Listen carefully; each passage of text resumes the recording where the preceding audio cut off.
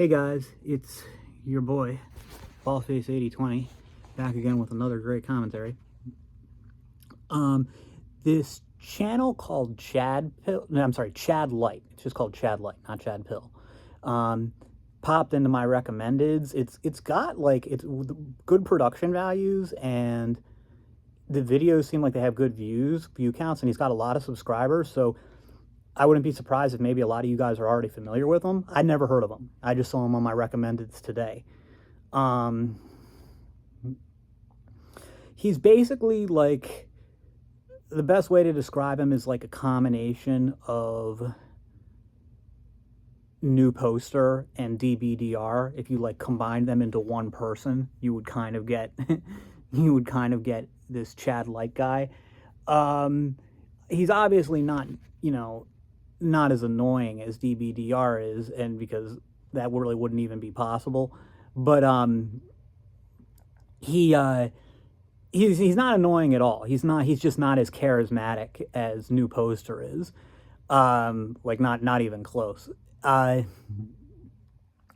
not as interesting as New Poster either. And he's not the fluid storyteller that DBDR is, where DBDR, you'll start watching his video, and without even noticing it, you'll finish the whole thing, even though it's like 30 minutes.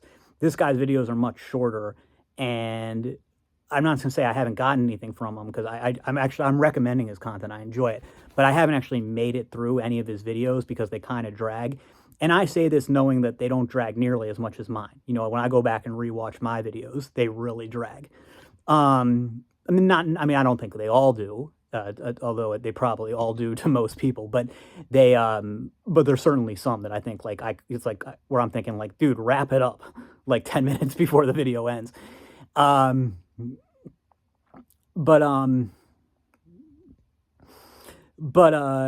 This thing, there is the one thing that kind of made me think. He mentions in another video that he's got one side of his family that's one side of his family sounds like they're okay, and the other side are just legitimately insane. And he mentioned that side of the family is is German American, and that's probably, which makes me think that's probably part of why DBDR is as obnoxious as he is the whole Italian American thing from New Jersey.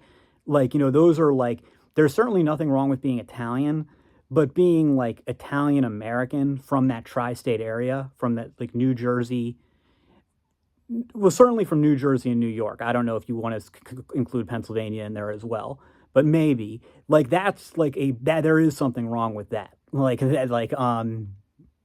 And I think DBDR is half Italian and half Irish. And there's certainly nothing wrong with being Irish American. However, when it's Irish combined with Italian and you're from New Jersey, because people, I don't know if you guys know anything about New Jersey, but the people there are just complete filth. They're and a lot of DBDR stories, since they're taking place in New Jersey, that you guys might think well, people wouldn't really act like that. In New Jersey, they would. Some of the stuff he says about people in his high school, that's absolutely how high schoolers in New Jersey act. Yeah, people from New Jersey are just, and the thing is, they don't know what complete trash they are. They think that they're as good as everybody else, and they're not. And at this, I know I'm getting off topic here, but I want to apologize about what I said about people from Philadelphia being worse than the people from New York. Okay, first of all, the worst are the people from New Jersey. And although if you can kind of, the absolute worst are the people from Staten Island in New York. Those are worst people in the world by far, are people from Staten Island, New York. Then you have the people from the rest of New York who are just scum in their own way, but not as bad as people from New Jersey. So whether who you want to rate lower in the New Jersey, New York thing kind of depends on that's just one borough, Staten Island. So I don't know if you want to say is that enough to make all people from New York worse than all people from New Jersey? I would say overall people from New Jersey are worse. It was wrong of me to say that people from Philadelphia were worse than the people from New York. I shouldn't have said it. I'm not sure why I said it. I wasn't thinking clearly, I guess. Or maybe I was just so into how much I hate Eagles fans. Now, Eagles fans are worse than the people from New Jersey and New York. If that's than the fans from there, at least. But overall, the people in Philadelphia aren't as bad as the people in New Jersey or New York. So glad we got all that stuff out of the way. That's probably part of DBDR's issue.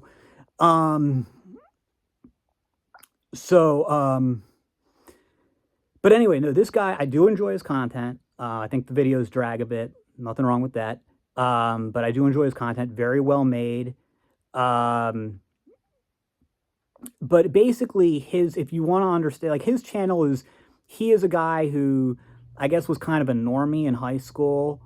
Although he's tall, and I think he's got a physically big frame, but like as his frame filled out, he got fat and he went bald.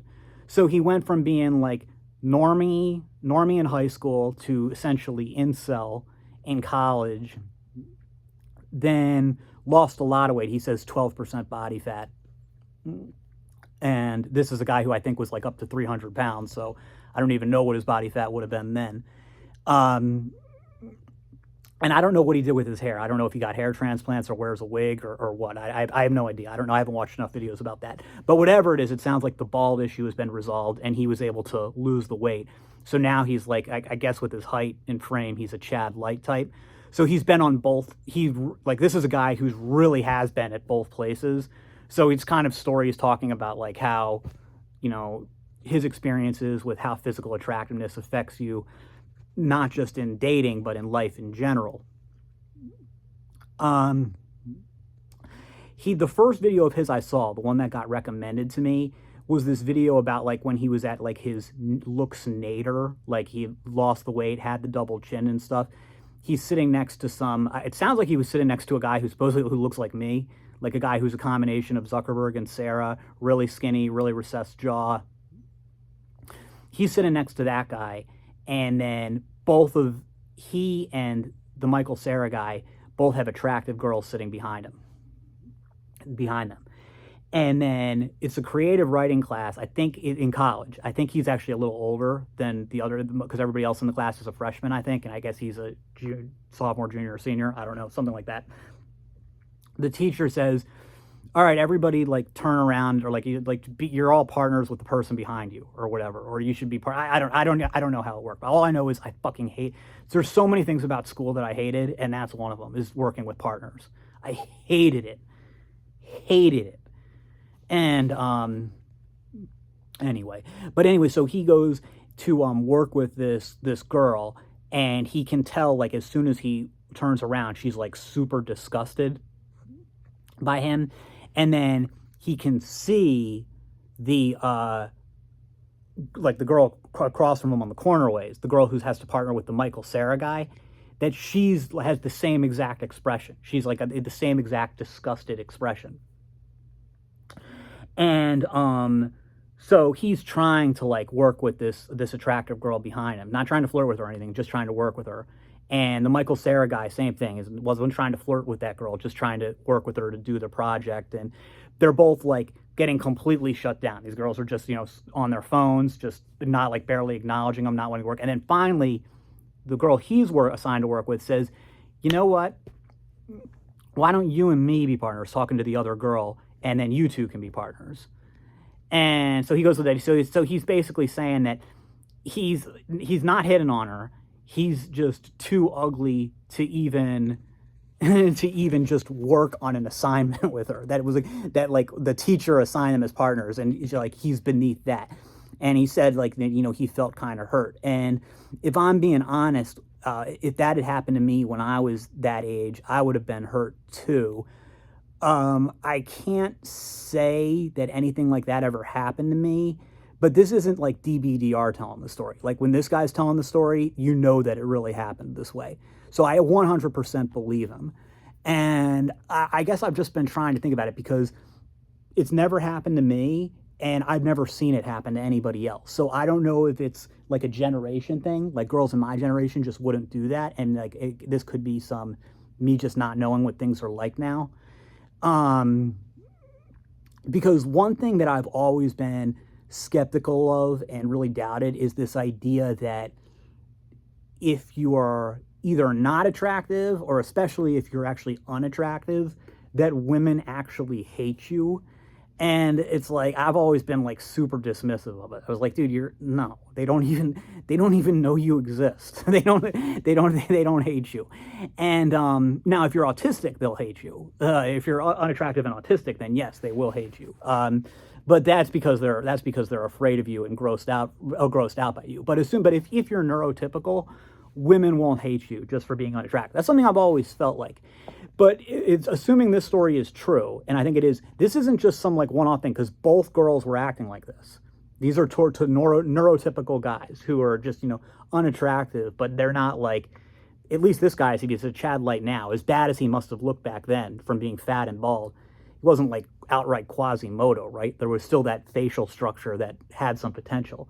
And then the Michael Cera, Mark Zuckerberg guy, yeah, that's not, sure, he wasn't good looking, but it's not like Michael Cera is disgusting or anything. He's just, it's just another unattractive guy. And so that these girls would both react that way, like that, just disgust, like that, like sort of visceral disgust where you can't even work on a project with them, to guys who aren't even trying to hit on you. And I still don't really know what I think about it, other than, I totally believe the story. Absolutely, I would have been hurt if it happened to me when I was young. Although I guess I just would be really confused, like more than any, like, and like if it happened to me, see, that's the thing, is like when it happened, I don't know, nothing like that happened to me when I was young. I can tell you now, if it happened to me now, I wouldn't be bothered. I would be like maybe a little bit bemused, but that's about it. So, but like when I was like, I'm sorry, like this story happened when he was like 21 or something, 21 or, yeah. I would have been hurt. I don't know if that I'd been crying myself to sleep. But I don't think he was saying he was reacting that way. I don't know how I'd feel, or like how common that type of thing would be today.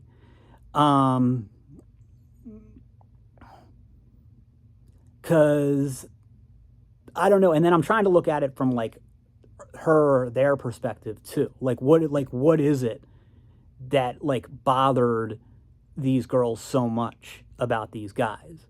Because I'm sure they've seen unattractive guys before, right? And it's not like, you didn't have to do anything intimate with the guy. You just had to like collaborate on a class assignment. Like, what's the big deal? They never had to do that in high school? Like, what's the big deal? So I don't know. I don't know what that's all about. But I would say that I wouldn't necessarily read anything into it beyond just that, well, they don't want to be in a one-on-one assignment with a guy who they find really unattractive when they know that guy is attracted to them. But maybe it's not even that. Maybe if these guys were gay, they still wouldn't have wanted to work with them, just because maybe they really just don't want to work with an unattractive guy. Or something like that. I don't know. And that, I'll admit, is something, like I said, not only have I not experienced it, I've never seen it happen to anybody else. So I don't really know what's going on there. It's a very hard story for me to understand. And I'll admit the story kind of disturbs me because it just doesn't really like fit in with my worldview. Like I just don't know like where to place it or like to understand. Like honestly, I wish I could talk to these girls and like find out like what was happening, like it was like why they felt the way they did, because I don't understand it. But it gets on to, he talks about it more in this other video where he says what it's like to go to a frat party as a sub-5 male. And one of the things he mentions, he says, like, I try to talk to girls there and I either get completely ignored or shut down. It's like, yeah, well, whose fault is that? Why were you, like, you're the one saying that you're bald, you got a double chin and super fat. Why were you, and he said the reason he didn't want to go to these parties, it was he had a very persistent Chad friend who like kept dragging him to them.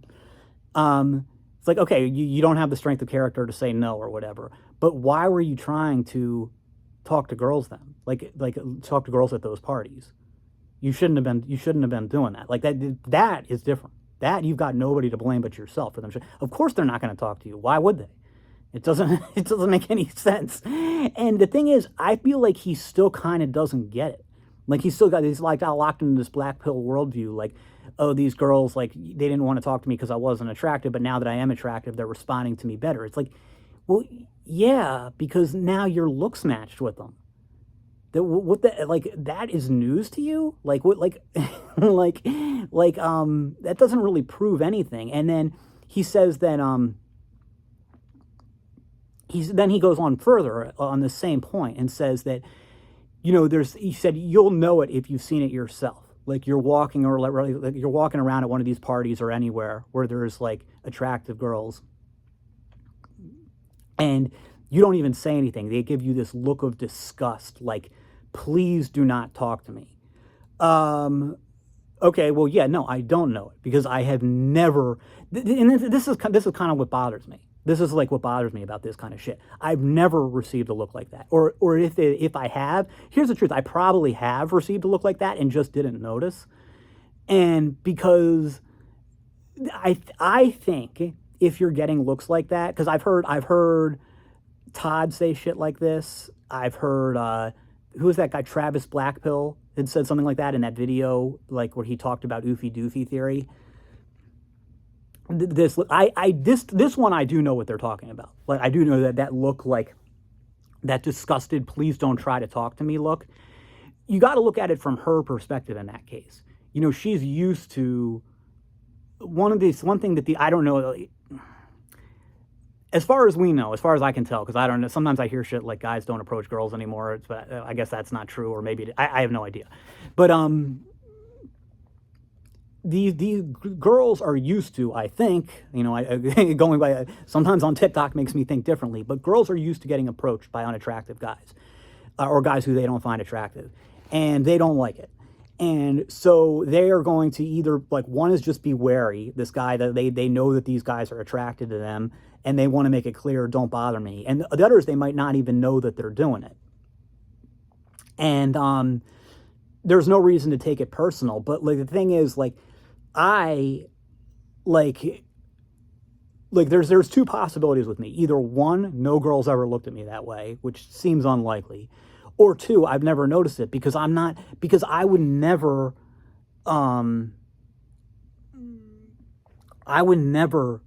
like, just hit on some random girl, you know, without IOIs. So I don't know if maybe it's because I give that vibe off. They don't know. And then, like, and also I'm never looking at anybody. I don't like to make eye contact in general. So I'm never looking at anybody's face. So there's no, like, I would have no idea how people are looking with me. So, like, I'm, like, on one hand, I can't even say I'm sorry that these guys are getting those looks. Like, now the first story with the thing, that I'm sorry that happened, that sucks. I don't know what was going on there, but that's unfortunate. But if girls are looking at you that way, well, maybe you're looking at them in a way you shouldn't. In fact, why are you looking at them at all? You know, it shouldn't be like, why are you, like, and this goes back to knowing where you are, knowing your environment. Like even when I was young, I've actually never been to a frat party. I had been to parties when I was in college, but never a frat party. But had I been in a frat party, I wouldn't have gotten any looks like that because I wouldn't have been looking at any of the girls. I would have just been like, because I don't try to socialize. If it doesn't come natural, I'll just sit there and do nothing, which is, I mean, yeah, it can be awkward, but that's why they have booze, right? So just get drunk. You don't need to, like, what's the big deal? And so I got to say, if you're getting that look at parties, you probably have it coming. And same thing, like, on the street. Like, if girls are giving you that look on the street, well, why are you fucking looking at them? Don't look at them, you know? Yeah, and or at least don't look at them in a way that, like, because they're used to, like, you know, you scoping them and stuff. And I mean, you do that. I mean, I do that, obviously.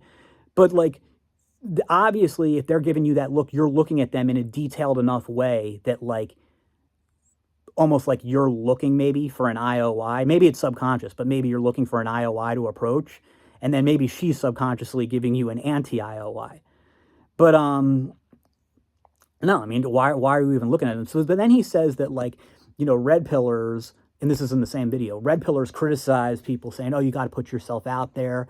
You can't just be eating and playing video games and watching internet porn. And he said, but when you're unattractive, society forces you to do just that because there's nothing else, because you can't go out, because if you do, people are going to be disgusted and try to avoid you and stuff. It's like, no, if you try to go to a frat party when you're unattractive, then yeah, then they're going to have that reaction.